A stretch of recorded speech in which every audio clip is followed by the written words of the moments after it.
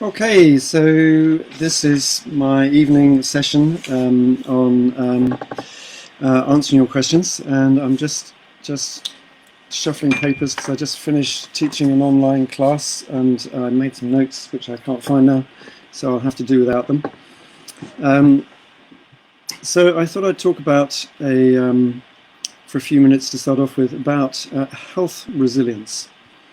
Because it feels like this present situation with the coronavirus, there's a lot for us to collectively learn.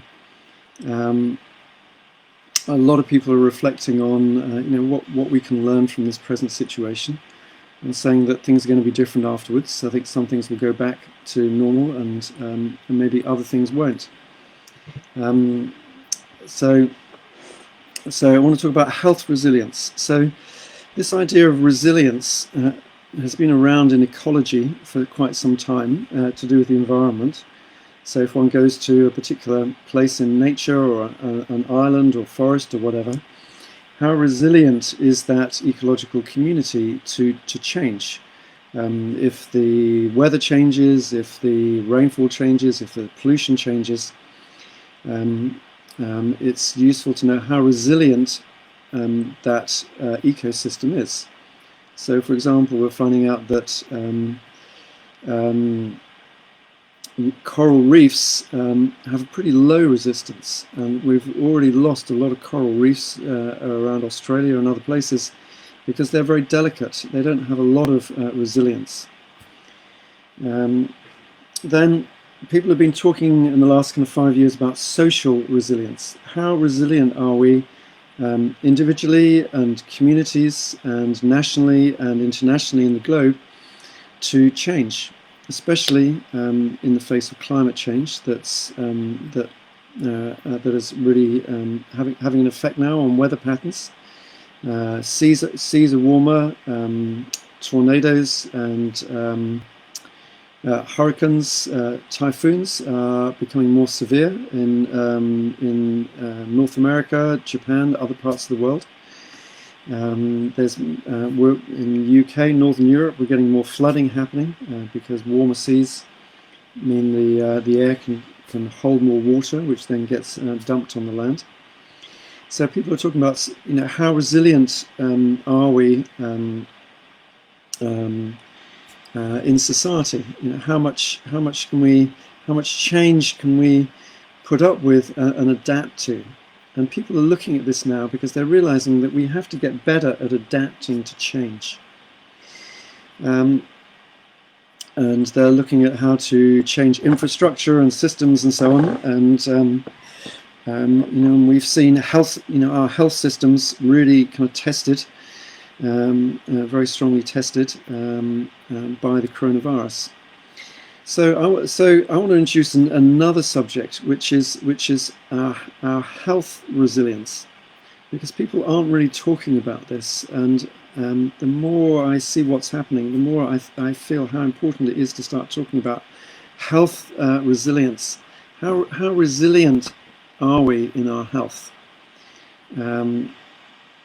Actually, I don't think we're doing too well in the modern world. In some ways, I would say that our health is becoming weaker. A few signs of this.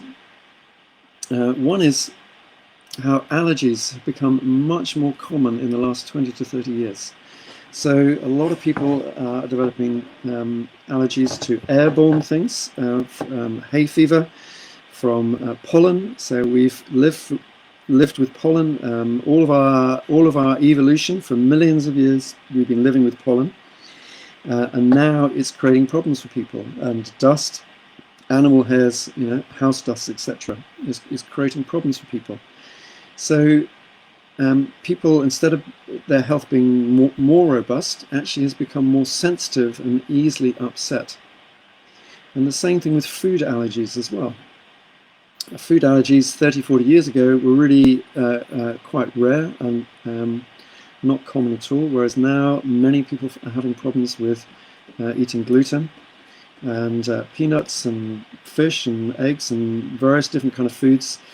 Nuts is very common. and these are foods which we've eaten for millennia, hundreds of thousands or millions of years, and then for some reason people are developing problems with these foods. And this is, people are developing allergies partly because of a breakdown or a weakness in the mucous membranes in the lungs and nose and sinuses, and also in the intestines. So people are getting sick even from normal environmental substances. So really this is the opposite of resilience. Another way that I think we're becoming less resilient is that as far as health goes, we become very dependent on the pharmaceutical industry and other people helping us. Of course, pharmaceuticals have brought enormous benefits in many ways, and in certain situations they save lives and save a lot of pain and suffering. So I'm not saying they're all bad, but they've become the mainstay of Western medicine. And so with Brexit, we had a bit of a panic. Well, if there's problems with trade, are we going to be able to get the pharmaceuticals from other countries? With the coronavirus pandemic, we haven't had enough. It's kind of similar to not having enough PPE, protective clothing, because it needs to come from China and Turkey and other countries. It's like, why aren't we making it ourselves? So you could say in some ways a lot of international trade also reduces resilience, because if for some reason we can't trade internationally, then we start lacking food and other things.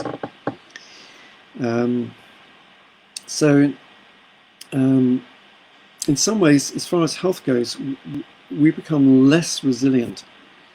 And I think what we need to be looking at individually and families and communities and nationally and internationally is how can we become more resilient in our health, so that when these pandemics happen, which they always have happened. We had the Spanish flu, I think it was 1918, 1919, killed 50 million people. We've had SARS and MERS and swine flu and various infections going around. This is always going to happen, that we're going to have these microorganisms attacking us, especially now that people travel so much. So if it starts in one part of the world, it's very likely to spread around the rest of the world. I'm really studying this subject and wanting to really think more deeply about it. But what are some of the conclusions I've come to so far? Really, how do we develop more health resilience? One way is that we really learn to look after our own health much better. And people, not to kind of idolize the past, but people often knew, people knew quite a lot about how to look after their health. They knew if they had certain problems, they would make a compress or a poultice, or drink certain remedies or teas or herbs, or eat certain soups or foods, or cream grains, broth soups, etc. So because there wasn't, up until pretty recent times, this health system that can deal with almost anything, people had to look after themselves much better, much more. Obviously there's a downside to that if people became seriously ill, but for a lot of more minor and moderate illness, there's an awful lot we can do to look after our own health. Really, we need to get back to understanding how to look after our own health. And also, given the fact that really most illness is caused by our daily food and our daily lifestyle and our emotions and what's happening mentally, etc. Different people make different estimates. I would say something like 80 to 90% of illness happens from what we choose to do every day, what we choose to eat, our activity levels, what's happening emotionally, etc. So the good news is that this means that our health is really in our hands to a large extent. So one of the reasons I really got into macrobiotics 40 years ago was because it was really teaching a lot of good understanding about how we can look after our own health and take responsibility for our own health. which really appealed to me. It really appeals to people who like to be, more self-reliant and looking after themselves and less reliant on outside sources. Of course, if I need outside help, I'll get it. Thank you very much. But if I can be self-reliant in my healthcare, then great. So for me, that's useful and enjoyable. And in the last 40 years, I think I've seen a doctor twice. Once early on when I had a really severe headache for 3 days, I couldn't get rid of using natural remedies. And so I went and got a painkiller, which just worked so fast, and I thought, wow, these drugs are strong. And then another time when my martial arts instructor hit me very hard in the ribs and cracked some ribs. And so I went along to the doctor just to confirm, yes, I had cracked ribs, and that was it. So since 1990, I've not used any pharmaceuticals. Again, I'm not going to, if I really, really need them, I'll take them. But if I can avoid them, then I will do. So we can really become so much more self-reliant in looking after our own health if we understand how to use our food and exercises and changes in lifestyle to really look after our health. One of the things that excites me and bugs me is our kind of attitude, our kind of modern attitude to cooking, which is that it's to make food which is looks amazing and is very tasty, which is great, but really cooking is medicine. Whoever is cooking the food is looking after the health of everybody who eats the food, and this is a very central idea in macrobiotics. So I like watching cooking programs. I learn things from watching cooking programs, but I pull my hair out, and there's not a lot left. At how there's still this enormous gap between the understanding of food and health, and understanding that food has an enormous effect on our health, and is one of the main tools that we can use to keep ourselves well, and often to heal quite a wide variety of different health problems as well. So they're talking all about this and that. No, this is nice, and this goes with this, and this looks nice, and this tastes nice.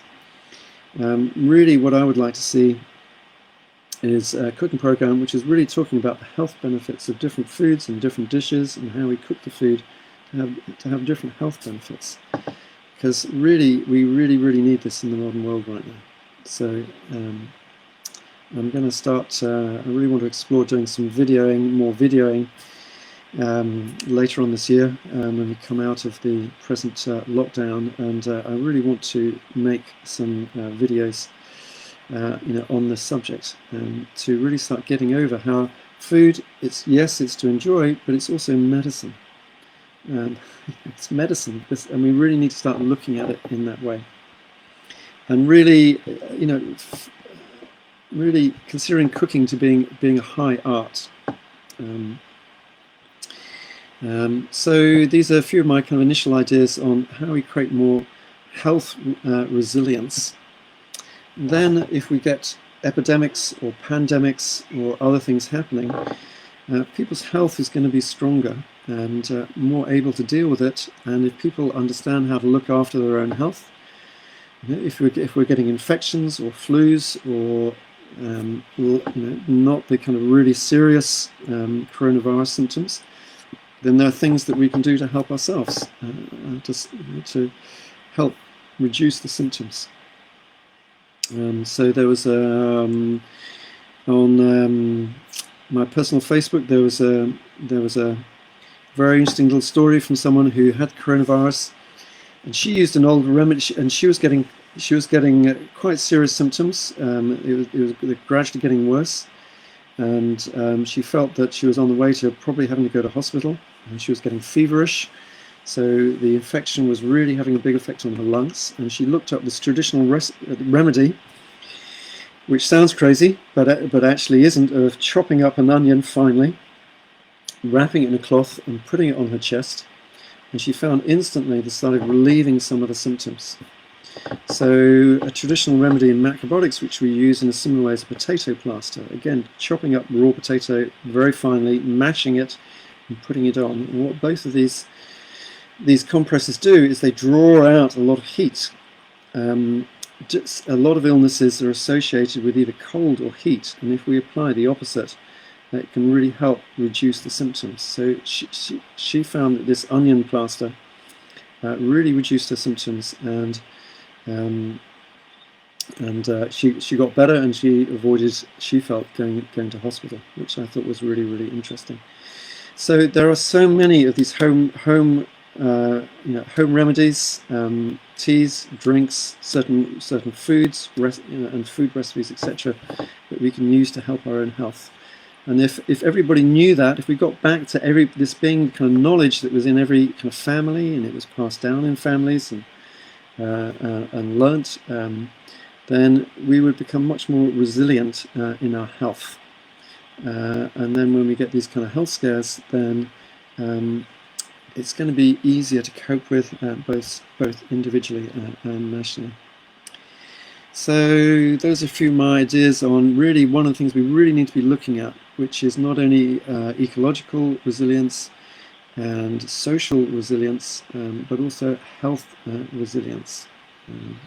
I think we really need to, I think this is going to become a big subject over the next 20 to 30 years, as we get more threats to our health on an international level. So, and now I'm going to say hello to various people that have joined. Kimberly, nice to have you here, and Dawn again, and Pema, always good to have you here. Irene, always nice to have you here. I hope I'm going to meet you in Belgium sometime. And Jenny and Corinne, nice that you've joined. Francesca.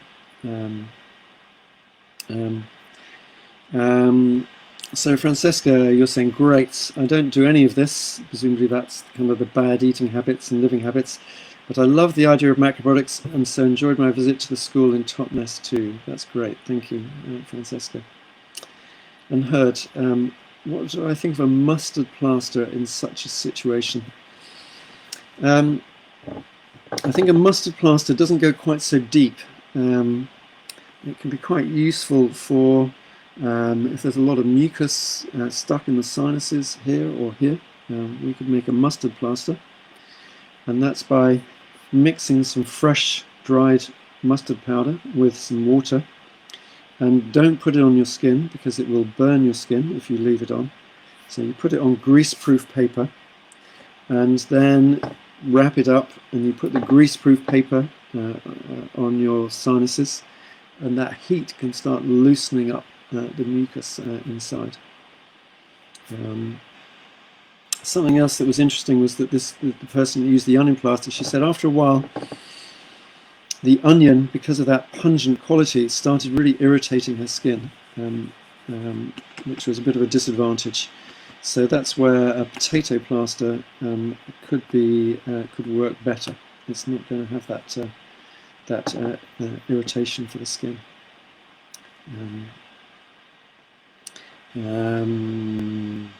Sarah Jane, hello, and Zvonka, long time no see. Yes, about 10 minutes. And Iggy, nice to have you here again. Nice to think of you in Zaragoza. So we're going to get on to some different subjects. If anybody has any comments about health resilience, then I'm really interested. But it looks like we're going to move on to some different subjects. So Sarah Jane, are there any natural healthy foods good for weight gain? Yes, I think there are, and it depends a little bit on people's individual condition, because different people lose weight for different reasons. In Oriental medicine, they consider that our spleen or spleen pancreas function is in charge of nutrition. Our pancreas is both producing digestive enzymes, which breaks down our food, and also creating the hormone insulin, which then moves the food from our blood into the body cells. So when in Oriental medicine the spleen pancreas function is working well, then we tend to come to our natural weight.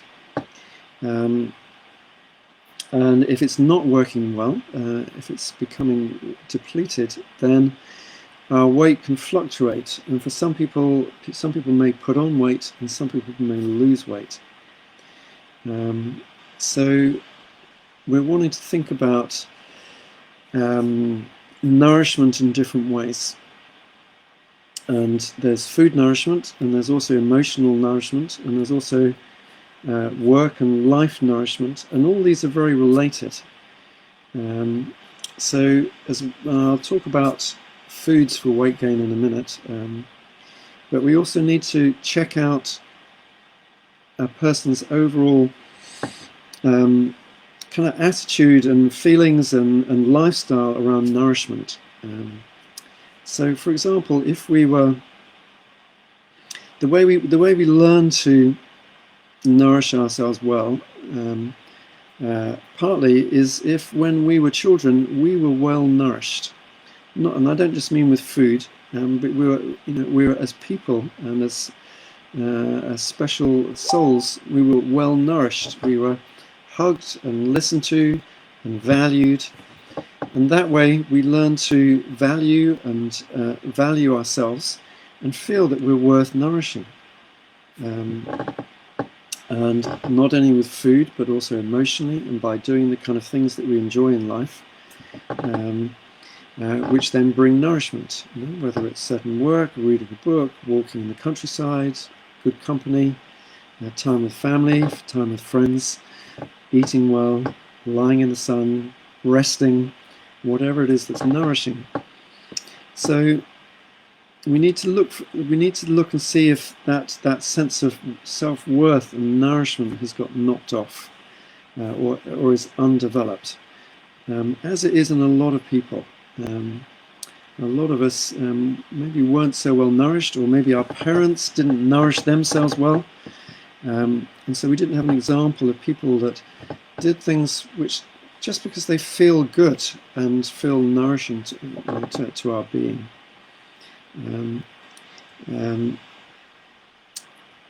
One habit some people get into when they haven't learnt self-nourishment well is that they go around nourishing everybody else. They're always looking for how they can help other people, and then if other people say yes, but what would you like? They say, oh no, don't worry about me. I'm fine. I'm good. And there's this habit of nourishing other people, but never nourishing oneself, and really being quite out of touch with what one feels like. What does one want to? Nourishment is about taking in, about taking in from company and doing things, rewarding things. So really good to check that out on a more kind of emotional, mental lifestyle level, because what I've seen is that if people have a strong kind of attitude of kind of non-nourishing themselves, they can really eat a lot of food and it still doesn't have a nourishing effect on the body, because it's not just a matter of eating the right foods, it's also a matter of the stomach spleen really wanting to take the goodness in from that food and turn it into muscles and skin, and in Oriental medicine they say flesh. So that's kind of one thing to look at. Then foods, and then coming down to foods. So we need some richness in food to nourish the body. So one thing to be aware of is making sure one's getting enough protein. And it can be quite easy, if people are eating a plant-based diet, to not eat enough protein. Some people want to go vegan or want to go plant-based, and so they cut out the meat and the eggs and cheese and those kind of foods, but they don't start eating something instead which is rich in protein, such as beans, things made from beans like tofu and tempeh. Another food, seitan, made from wheat flour, which is very rich in protein. Some people will be eating grains and lots of veg and seeds and smoothies, but not getting enough protein. So I would say one thing is to have, if people need to gain weight, having protein three meals a day. At breakfast, maybe putting some tofu in some soup, or having some fried tofu or scrambled tofu, or some sardines on toast, or putting some leftover beans in a soup. So I'm talking about having soup for breakfast, which maybe will be very familiar to some of you and might seem strange to others. But finding some kind of protein to eat at breakfast, and at lunch, and at supper. And if one is not vegan, if one's eating some fish and shellfish and so on, then having maybe up to once a day having some fish or shellfish to help nourish the body as well. Then we need a good amount of oil. Some people get a bit frightened by oil because some people have eaten way too much fat, which has had a detrimental effect. But we need oil. Again, if we start eating a plant-based diet, we probably need a bit more because we're not eating dairy foods and meat fats and so on. So we want to make sure that we're using oil every day, maybe a tablespoon a day, maybe two tablespoons a day, maybe even doing a little deep frying or making some tempura, as I was doing this morning with Zvonka in our online cooking classes. And then a third thing which is nourishing are carbohydrates. And this is sometimes the category of food that people crave when they feel undernourished. Unfortunately, it's often in the form more of sugar and chocolate and cakes and less healthy forms of carbohydrate. So healthier forms could be things like having some porridge for breakfast. Oats are a slightly more fatty, rich grain. So making some porridge and putting in some nuts and seeds and maybe a bit of tahini, some raisins, and making it kind of richer. Definitely eating whole grains, but also pasta dishes are good at helping put on weight, especially with dressings. So making something like a pasta salad with some vegetables in, maybe some beans in, and then adding a dressing like a tahini dressing on top. Noodle bakes, and then also making desserts as well. Some sweet desserts, things like crumbles, amasake puddings, homemade custard without sugar, using a little rice syrup or barley malt or something to sweeten it. But having a good amount of sweetness, more natural sweetness in the diet, and also sweet vegetables could help weight gain. So I hope that's helpful. So looking at kind of emotional, mental nourishment, plenty of protein, oils, and carbohydrates, especially sweet carbohydrates. Hi George, hi Anna, Erwin, nice to have you here again. It'd be great to see you again sometime in Belgium. So Sarah Jane, you're saying, yes, this is amazing, it makes a lot of sense. And Jennifer, you're asking, are millet, rice and barley flakes processed? Is it better to have whole grain? Well, they're fairly minimally processed in the sense that they've just been put through rollers to flatten them. So they've not had anything really taken away or added to them. So they're really fine to use. They can make, we can use them to make a porridge, for example. It's going to be quicker than using the whole grains. And actually, if in general, it's good to be eating a good amount of whole grains, at least half our grains each day, or maybe 2/3 in their more whole form, because they've got all the life energy and all the nutrients in. As soon as we even flatten grains, the proteins and the oils will start breaking down a bit, and it's losing a little bit of its ki, its life energy. But actually, especially if people are wanting to put on weight, having slightly processed grains more slightly processed grains can be helpful. It can help the body to put weight on. So using things like flakes and, like I was saying, also noodles and pasta can really help put the weight on. Also frying grains, fried rice, fried noodles is a nice way of making those foods richer and helping put on weight. Okay, Sarah Jane, that's glad that's been helpful. So, do you have some other questions about health? Either about what I was talking about at the beginning, if you caught that, about creating more health resilience individually and collectively, or any other kind of health problems that you're interested in. It would be great to hear about. Or any other positive changes that you've made recently and that you'd like to share is always great to hear. So thank you for your little symbols. So please, any more questions?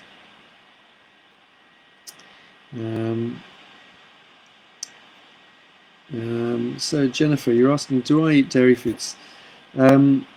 No, I don't. Not on a regular basis. I do like, eating out occasionally. I don't go wild. I look for good vegetarian, vegan food, or I go to a place that sells a nice fish dish. Occasionally, I may, if I'm out, I may have a little butter, which feels like the least mucus-forming dairy food to me. I don't know, it might be every 2 or 3 months or something like that. If I'm going to eat a spread, I will always go for butter rather than margarine, which I think is overly processed. Apart from that, no, I don't really eat dairy foods. I did do an experiment a couple of years ago, because I like to experiment with food, and it's always good to experiment because instead of just learning loads of theory, you learn for yourself. So I thought, okay, well, I'm going to eat a pizza. Everybody's eating pizza. Pizzas are so many people are eating pizza. I thought, okay, well, I'm going to eat a pizza. So I bought a nice, healthy, organic pizza. Ate the whole thing, and the first thing I noticed was that my chin went numb. It's like I'd lost all sense of feeling in my chin.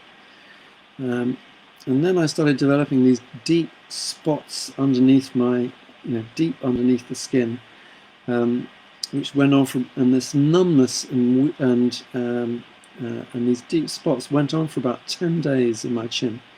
And then then a lot of mucus started coming out, which is what usually happens if I eat much in the way of dairy foods. And I thought, wow, this is quite a strong effect. I did eat a whole pizza, because if I'm going to do an experiment, I like to do a good experiment. But I was really quite amazed by how strong the symptoms were. And in Oriental medicine, this lower part of the face relates more to the lower abdomen and our small intestine and our reproductive organs. In men, more the prostate. In women, more the ovaries, the uterus, and so on. So what this numbness and spots here was telling me was that that's where the excess cheese had gone and was sitting in that place. And this is a good reason for not eating cheese, because we just don't use up all of that fattiness. And so it goes somewhere in the body. And cheese, being quite a heavy, dense food, very often goes down. It really has a big effect on the reproductive organs and also on the breasts, creating can really contribute to breast lumps.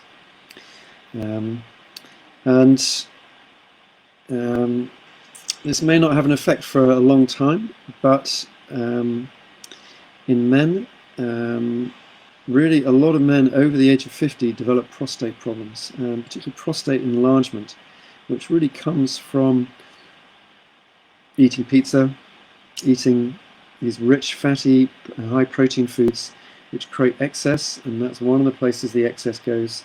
And then the prostate becomes enlarged, and really quite serious, because then because the urethra from the bladder goes through, and then you start finding you can't pee, and then the bladder expands, and then you have to have a catheter put up to drain the liquid out, and then commonly start having to take drugs to try and shrink the prostate.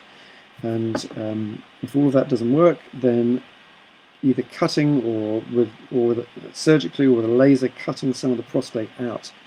So not nice. Similarly, in a way, with women, that eating a lot of this kind of excess can really contribute to ovarian cysts and to fibroids, abnormal cervical cells, etc. Because it's got to go somewhere, and that's one of the places it accumulates and causes problems in those areas. And in modern Western culture, there's a high level of, well, both enlarged prostate in men, and also ovarian and uterine problems in women. I think in the United States, I read that a third of women have hysterectomies. A third of women have their wombs taken out. You know, like how bizarre and in a way terrible that is. You know, I don't know what the figure is for the UK. I've sometimes tried to find out and haven't been able to find the figure, but it's probably quite, I don't think it's as high as a third, but it's probably quite a lot. Very often because the periods become too heavy, there's too much bleeding or pain or fibroids or ovarian cysts or other problems. So really most of these problems are avoidable. So so dairy foods are not so great to eat, I would say. Kimberly. So moving on to a different subject. Just seeing if there's any replies. Yes, so Jennifer, you're saying, are dairy foods mucus forming? Yes, they're very mucus forming. So they create mucus in the lungs, they can create mucus in the vagina, they can create mucus or excess earwax in the ears. And these are places we notice the mucus because it's coming, they're places where it's coming to the outside, but actually it's where the mucus can't get out that it causes much more serious health problems. So for example, in the breasts, from eating dairy foods, this fat accumulates in the breasts, and then that can really contribute to breast lumps and also to breast cancer. There's a strong correlation between eating animal fats, including dairy fats, and the incidence of breast cancer in different countries. So some countries that eat a lot of animal fats, like the UK, for example, Netherlands, North America, something like 1 in 8 or 1 in 9 women develop breast cancer. If we go to countries which don't eat dairy foods and eat low animal fats, like maybe Sri Lanka, Japan until more recent times, Thailand, they have rates of maybe 1 in 50, 1 in 80, 1 in 100 women developing breast cancer. Much, much lower rates of breast cancer because of their lower fat intake. And the same for men. In modern Western countries, about 1 in 8 men develop prostate cancer. In other parts of the world, much lower rates. So I don't think they're healthy for the body. I think if one is very lean and really one hasn't eaten very little animal food in one's life, you know, eating occasional dairy foods would probably be fine. But I think eating them in quantity, especially for a lot of us in the West, because we've just been brought up eating so much dairy food and fatty foods and sweet foods, cakes, biscuits, you know, contain a lot of fat. Even though they don't taste fatty, they contain a lot of fat. So yeah, I think really best to avoid dairy foods. If you want to do that, if you go onto our website, there's an information button, and then under that there's a nice article which I wrote on how to give up dairy and what to eat instead. Because if you just cut out dairy foods, then you may be lacking in some things, so you need to add some foods in. So do go and check that out if that's of interest, Jennifer. So I'm going to go back a little bit, and Kimberly, you're feeling you want to make lighter soups in the morning with the warmer weather, and you made one this morning with carrots, leeks, celery, onion, spinach, and kombu or kelp. Do you have any other suggestions for light soups? I'm finding yours aren't very flavourful, and I don't want to resort to pre-made stock. I think the trick with making soups flavoursome is you've got to think about how to make the soup have a really good flavour before you add whatever the salty stuff is. You know, the miso, the salt. I'm not quite sure what you put in yours. A bit of tamari and umeboshi. So it's really, you know, the art of cooking a nice soup is how you develop the flavour to start off with. You might start off by frying something, like traditionally frying onions, or you could fry carrots or another vegetable with a small pinch of salt, so that starts creating a strong flavour. Then you add the liquid, you're adding some vegetables, which can give some flavour. Very good to either add a sea vegetable which you can chop up into small pieces, like dulse or wakame. And also, or you could, as you did, you can put a piece of kombu, or in English kelp, into the soup, which adds a lot of minerals. And then try tasting the soup and seeing if you can really have a good flavour in the soup at that point. And then you don't need to add very much salt or tamari or whatever in order to get a good flavour. So that's quite an art. So maybe try that, Kimberly. Experimenting with really developing a good flavour before you put the salt in. If we don't develop a good flavour, then it's tempting to put a lot of salt in, and then the whole soup becomes rather more heavy and salty and has a more yang effect, which can create too much tension if we're already a bit tense.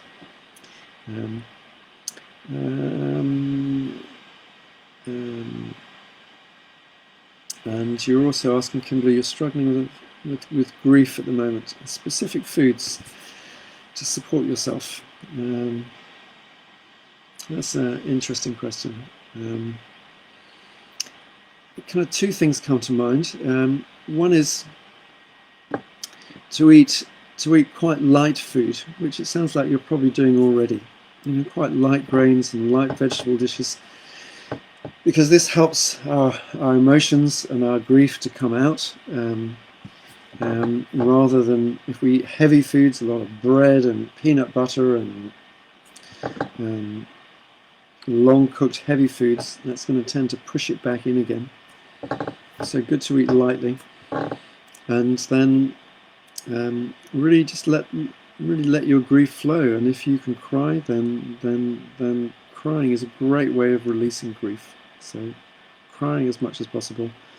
I have known some people that watch really sad films in order to get themselves crying, and then they're crying not only about the film but also about whatever it is inside they're crying about. That really helps. This is actually the origin of the word catharsis. Catharsis is to release emotions. It comes from Greek, where they would have sad plays.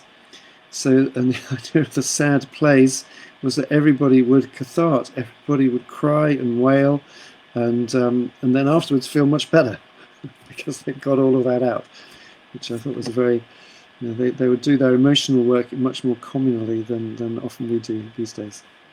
And then in between, you may need a little bit more kind of comforting foods, warm, carbohydrate-y, sweet foods, you know, in a healthy way, just to give yourself maybe some comfort and some grounding. And Neil, how much liquid? So I guess you're asking about how much liquid to have in a day. I think that depends a lot on what we're eating. I think if we're eating a lot of whole foods, a lot of grains, vegetables, beans, etc., and maybe some soup, we're getting a lot of liquid that way. And then we don't necessarily need to drink. We might have in the winter, maybe 3 cups a day, 4 cups a day, but cups, this size rather than mugs. In the summer we'll be perspiring a bit more, so drinking a bit more, maybe 5 or 6 cups or a few mugs a day. But generally it's safe to follow your sense of thirst. If you're thirsty, then drink, and if you're not thirsty, then don't drink.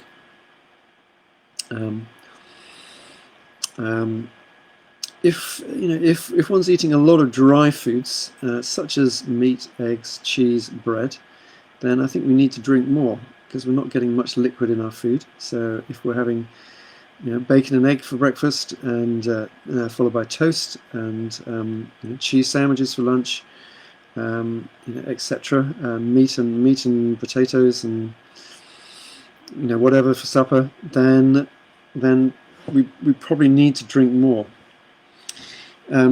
Quite a good guide, I think, is to look at our urine. In Oriental medicine, they say that our urine should be straw-coloured. If we're not drinking enough, it'll become brown because it's too concentrated. So if your pee is more brown, then definitely you need to drink more. On the other hand, if it's clear, then you may well be drinking too much. And I know that there's this fashion that we're all dehydrated. And what's this bloody word they made up? Hydration. We're all in need of hydration. What the hell is hydration? We've done okay for the last 10 million years, drinking when we're thirsty, and suddenly we need hydration. And really, a lot of this is marketing, so they can sell us all these bottles of stuff, basically water with sometimes with bits of stuff in. And it's really a bit of a fashion that comes around, about every 30-40 years, that we're all dehydrated and we all need hydration. And they say that your pee should be clear, but Oriental medicine has been saying for probably several thousand years that really our pee should be straw-coloured. If we if we can underdrink, we can also overdrink. Overdrinking makes the kidneys work harder. They have to work harder on withdrawing the fluid from the blood, and also all the fluid that goes through the kidneys and creates urine takes a little bit of the chi out of the kidneys. So if we're drinking tons of fluid and peeing lots, we're losing some kidney chi. And our kidney chi is very important because our kidneys are holding the fundamental energy reserves in the body. So I would advise not to underdrink and also not to overdrink. I hope that's kind of interesting for you.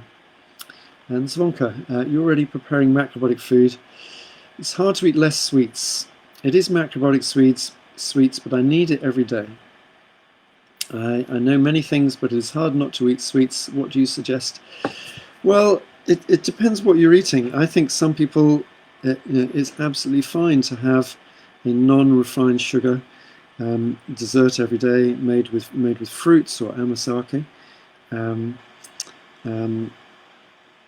I think it can be fine. In general, I think fruits and desserts are relaxing the body, and so they can be that's why they can be nice to eat. They have a more relaxing effect. They maybe give us a little boost of energy as well. And if you're finding that you're really craving them strongly, then you need to think about, well, is that you holding some tension in your body? Is that emotional tension? Are you feeling stressed? Are you pushing yourself too hard? Or, as I was talking earlier, are you a little blocked in really being in touch with what nourishes yourself, with what nourishes yourself? Because if we're blocking other things that nourish us, then often what we do is we look to food for the nourishment instead, and generally what we look for is sweet or carbohydrated foods. So you could also take a look at that as well. And if you want to reduce, the amount of desserts you're having, then you could do two things. One is to have more sweetness in your food from sweet vegetables. So you're making things like steamed squash and squash soup and steamed onions and onion butter. There's a very nice recipe. Baked carrots and parsnips and beetroot, etc. Baked onions, very nice. And also plenty of light, relaxing food, like just very lightly cooked, or pressed vegetables and pickles and things like that to give lightness. So if you do those two things, that might also reduce your need for the desserts a bit. So maybe try that, and then I'd be interested here to see if that maybe over a few weeks might change your desires a little bit. Sana, you're saying that Macrobiotic is the only system that made me survive. Thank you. That's really great to hear. I wonder if you would like to say a little bit more about your experience. It would be really, really interesting to me, and maybe to other people too. If you'd like to type something in. Amal, you're asking, can you skip breakfast? Yeah, that's fine if that feels good to you. I think for some people really do well on 2 meals a day.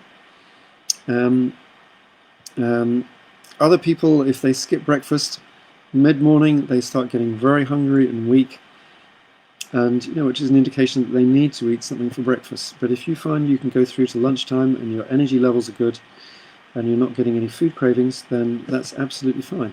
Maybe your spleen pancreas is working well, you're well nourished, and 2 meals a day is fine.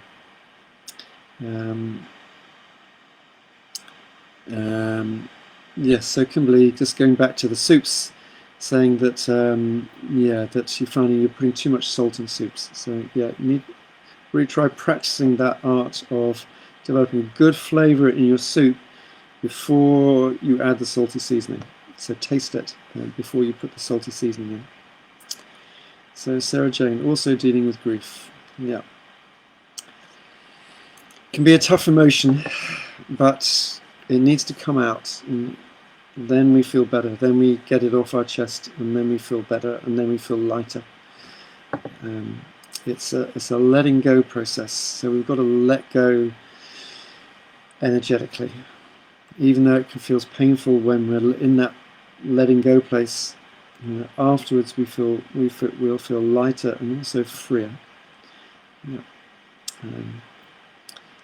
George saying thank you, and Chris Summers and John Lewis. Nice to make contact with you again. Dawn, you're asking if there's too much forceful pee every few minutes. Is this a sign of yin deficiency? So yin deficiency is more a Chinese term. If the pee is forceful, it can be because there's tension in the bladder, and very often this comes from tension in the liver. The liver, even though the liver is up here on the right side, it has a big effect on the whole abdomen. It has a big effect on the reproductive organs, on the intestines, and also on the bladder, and also on the genitals. And in Oriental medicine, the prime function of the liver is to create movement. It helps our muscles move, it helps our creative expression, it helps our emotional expression, it helps the intestines to move, it helps menstruation, and it also helps the bladder to move. So But if we're holding tension in our liver, then we can get tension in the whole of the abdomen. And I can't remember what I've done on Facebook Live, but in a lot of classes I'm teaching abdominal massage. And when the liver energy is stuck, you can find the whole abdomen is tight. Not only the liver and gallbladder you can't press in, but also the small intestine, the large intestine, the bladder, everything feels really tight and not moving. And then the bladder can hold a lot of tension. And then when we go to pee, there can be a lot of force behind it. The same with pooing. Sometimes it kind of comes out quite very strongly or explosively, and that's also a sign of blocked liver energy. Especially if one has diarrhea, it can be quite spectacular.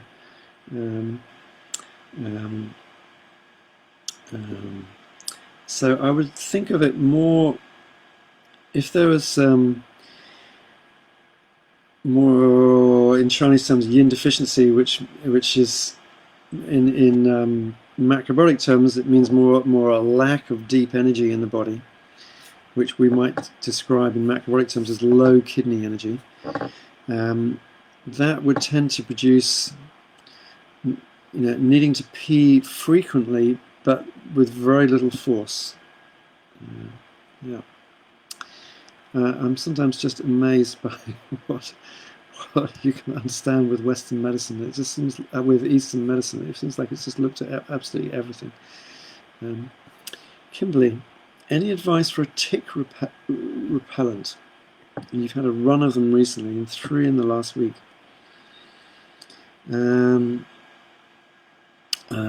I don't actually. I wonder if anybody else can suggest anything. I mean, one thing is, if you're going through undergrowth where you think there are ticks, is to have clothing, to make sure you're wearing trousers which tuck into your socks, or you're wearing boots, so you're making a good physical barrier to them.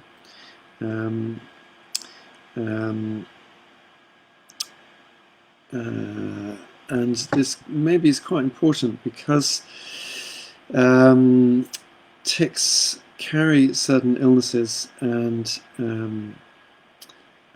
maybe someone can help me out. There's one which is becoming much more common, named after a town in the United States where it first happened. Anybody can help me out with the name of that? It's just slipped my mind. So we really want to try and avoid getting ticks. Repellents, I don't know. I haven't heard of any. So yeah, maybe Google it. It must be something that would put them off. Dawn. So we're back to the peeing. Is it a sign of yin deficiency if there's a lot of forceful pee every half hour? Well, one can have a combination of yin deficiency and liver stagnation, where the yin deficiency is meaning you're needing to pee frequently, and the liver's creating a lot of force behind the pee. So there may be a combination going on like that. When there's that liver stagnation and that build-up of tension in the abdomen and the bladder, it can also produce the feeling of needing to pee. You need to get to a toilet or somewhere where you can pee very fast. Otherwise, you start leaking because there's that force behind it.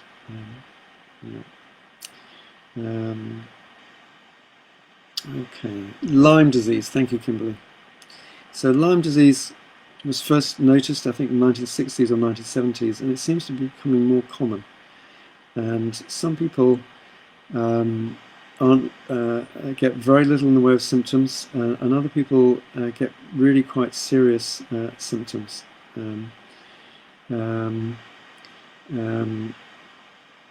So, particularly if one's health is not strong, really good to try and avoid ticks. I think got Lyme disease about 10-12 years ago. I was on a holiday in Czech Republic and had a tick, and just a small one, and I pulled it off and didn't think anything about it. And then some weeks later I started getting a characteristic on my leg, like a red mark, which then gradually started expanding, and you keep the red mark in the middle, and then there's this red ring that expands. It's very characteristic of Lyme disease. There's a bacteria that's producing a toxin, and it gradually spreads out underneath the skin. I didn't get any systemic problems at all. Some people get a lot of muscle and joint pain and aching, and a real lack of energy and headaches and all kinds of other symptoms. I didn't get any symptoms at all. I think I was a little bit too blasé, really. And then when it got to a certain point, I thought, okay, I need to do something about this. And I thought, well, most bacteria are more yin. I need a yang remedy. And what I did was I got elastoplast, and in the middle I put a nice lump of meso, and then I put the elastoplast on, and the meso was right over the center of the red mark, and then I replaced that every day, and in a couple of weeks it really helped, and all that redness went down really quite quickly. So if you do get a tick bite and it's not healing up, there's some kind of redness under the skin, then that is a very easy to do home remedy. So you just get an elastoplast, put like a quarter of a teaspoonful, a third of a teaspoonful of meso in the center. You're using meso because it's thick and it sticks, and you put it over and then renew it every day.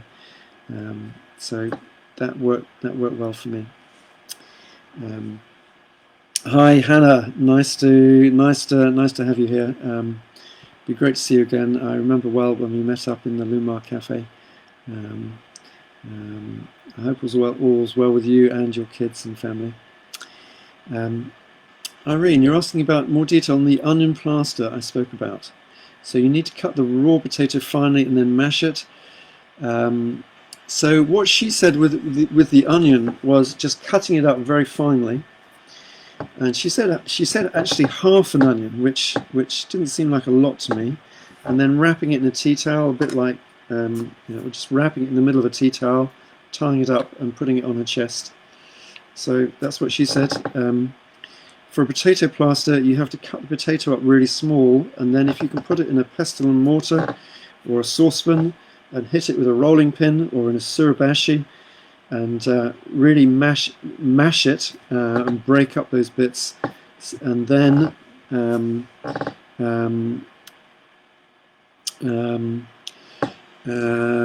there's a couple of ways of using it. Probably the most effective way, if you can really mash it, is then mix in a little bit of white flour, and so you can make like a dough out of it, and then you can put that on a cloth and then put that dough directly on your skin. I think it's going to be the most effective, and that will help draw out, because the potato is a very cooling thing. It's a very cooling vegetable. So if we put it against the body, it's going to take out the excess heat. And on the chest, definitely you could leave it on overnight, tie it on with a bandage. Tie it around your back, and have it on your chest and tied up so it stays on there. Yep. If anybody tries it, by the way, for the coronavirus, I'd be really interested to hear how you get on with that. I've heard of people using it with pneumonia and other kind of chest infections where they've got a fever, and finding it quite effective. But if any of you use it or suggest it to anybody else, I'd be really interested to hear how you get on. So Lynn, thank you very much for contributing on the tick question, how to repel ticks. Essential oils: eucalyptus, lavender, lemongrass, lemon, geranium. That sounds pretty Nice smell for us, but not nice for insects. So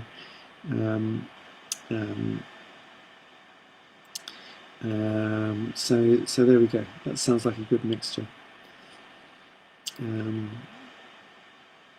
Okay, so I'm not seeing any more questions there. We've been going about an hour. I don't know if you have any more questions, then I'm happy to answer, and if not, then maybe we can finish there. Thank you for joining me.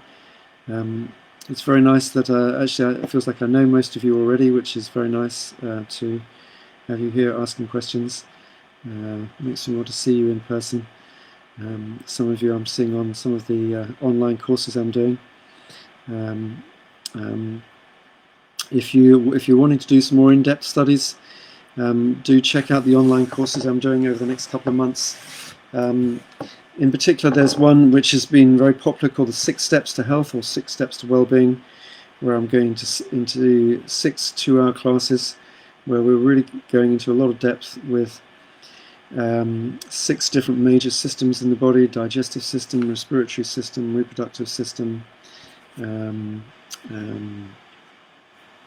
and gallbladder, etc., and really understanding them, how to help them, going through a lot of common problems in that system, and how we can help those problems, and a whole bunch of recipes and remedies and things for helping them. So if you feel like taking your studies deeper, then check out that 6 Steps course. And then of course we have a year-long course and a 3-year training if you really want to learn it in depth.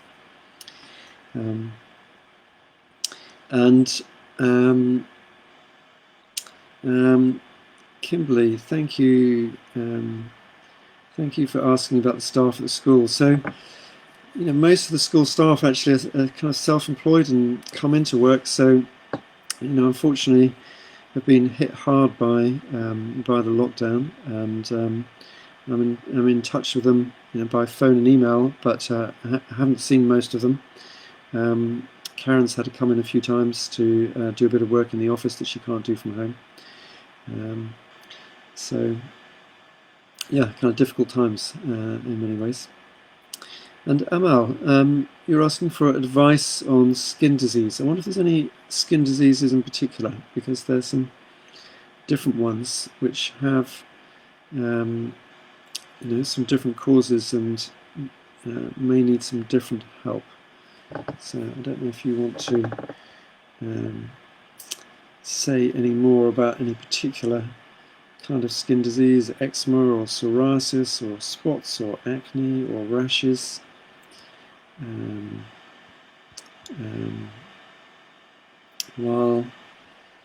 don't know if you're going to come through with that, so I'll just say a little bit in general about skin problems.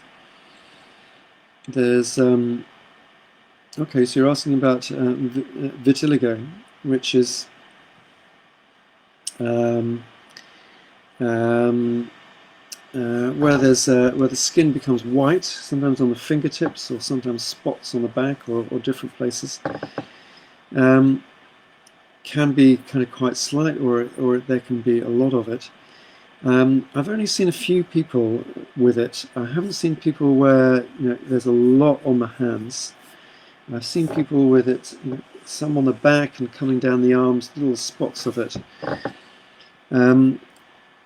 One way of understanding skin problems is that the skin is actually an organ of discharge, just like we discharge to some extent from our lungs,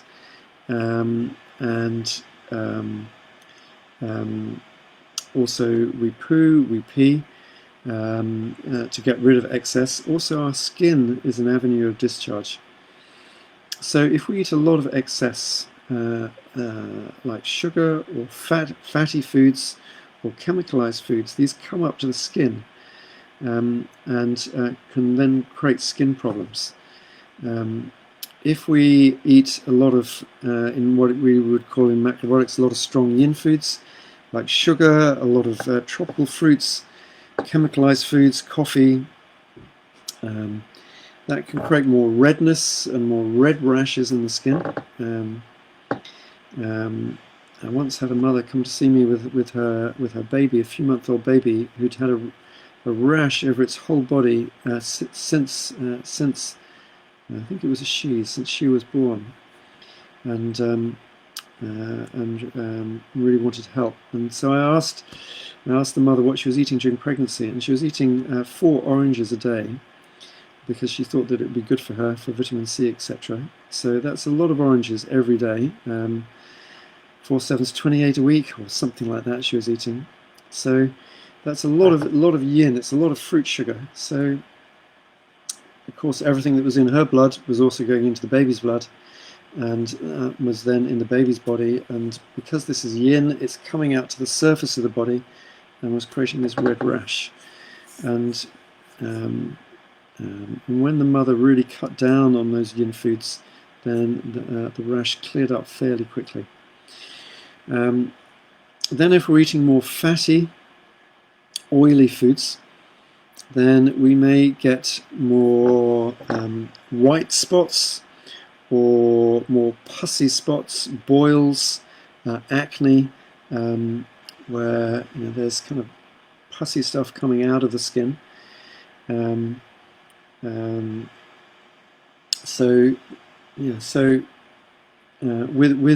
vitiligo, I've seen that one person I saw, she was really drinking a lot of milky coffees. I don't know the name for all the coffees. All these coffees happened after my coffee drinking times. She was drinking a lot of milky coffees with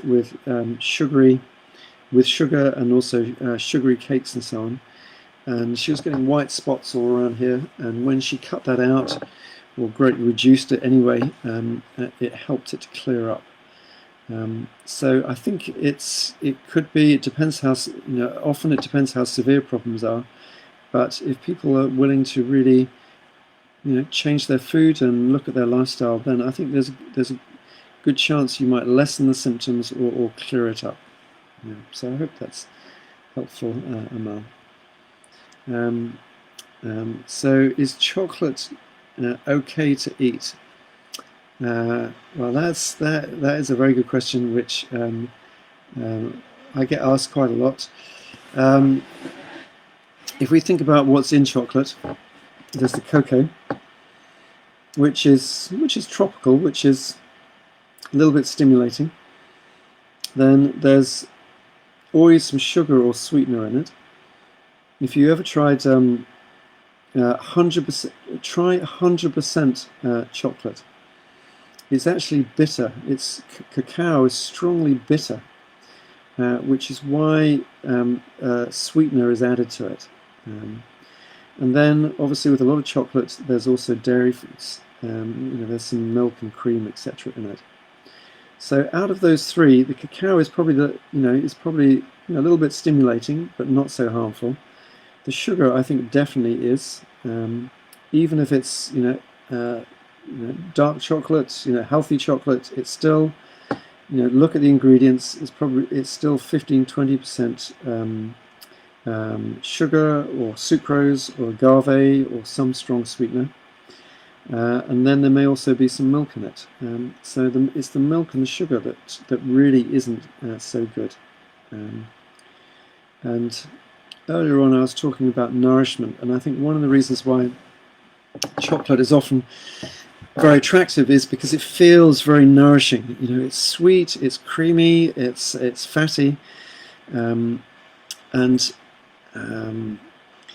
if we have a serious chocolate dependency, by which I mean we can't do without it, then one needs to look at that whole nourishment aspect in one's diet and emotional, mental life and lifestyle. Is there some kind of nourishment and some kind of sweetness that you're not having in life? Plus, very good, as I said, to cook a lot more sweet foods, sweet vegetables, and making some healthy desserts without sugar and without dairy. So I hope that answers to Sarah Jane. Amal, is sparkling water good? It's fine. Sparkling spring water is fine. It's quite nice and light and effervescent. I think it's quite helpful in Oriental medicine terms. It relieves tension. I think this is why champagne, if one drinks alcohol, champagne is, people like champagne because it has more of a lift. But obviously we don't want to drink champagne all the time, or maybe none of the time. So sparkling water is fine. We can put in some lemon juice, a little bit of concentrated apple juice. Has a nice kind of light opening feeling. Okay, I think that might be a good place to finish. So thank you very much for joining me tonight. I will be back at 8:20 next Tuesday evening. I really enjoy your questions, and I think it's great when you ask questions because it helps other people as well to hear the answers. So please, if you want to come along next Tuesday, please have a think about some questions you'd like to ask about health, so that we can, really get into discussing some interesting questions. Okay, going to finish there. Thank you very much. Do check out, if you want to study more, my online courses. If you have specific health problems, I do also give health consultations, including on Skype or Zoom, if you feel that you'd like a lot of personal help. Okay, wish you well, and maybe see or hear from you soon.